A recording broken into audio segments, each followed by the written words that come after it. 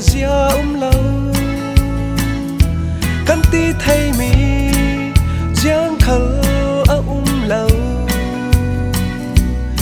sang phá nát ruộng nghi nung mi can si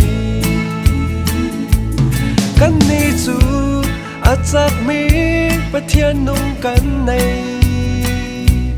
thái sunin kan ranga don na har le di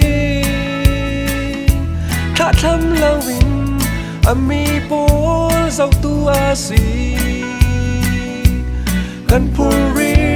amai nan son thum thia mu si di la u phang la u bất thiên nung kan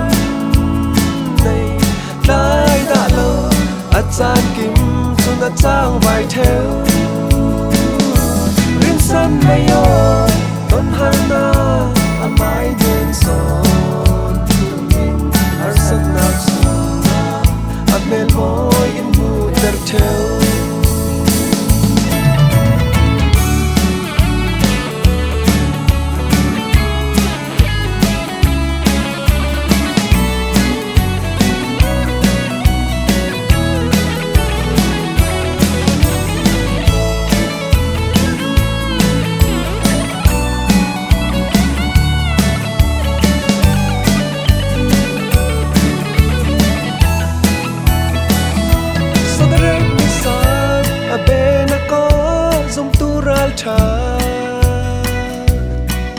mấy pi sung nghi khla lâu đình ở ruộng chuông lâu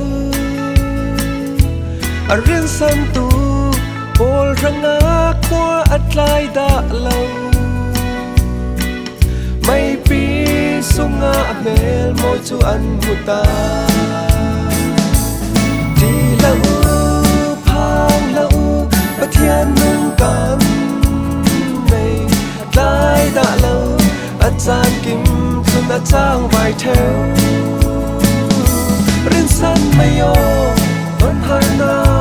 amai den son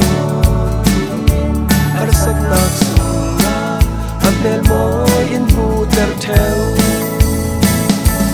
đi la u phang la u bất thiên nung kan này lai đã lâu chan kim chun chang vai theo rin san mai yo don har na amai den son min har sak nak suna amel moi in mu ter theo har sak nak suna amel moi in mu ter theo har sak nak suna amel moi in mu le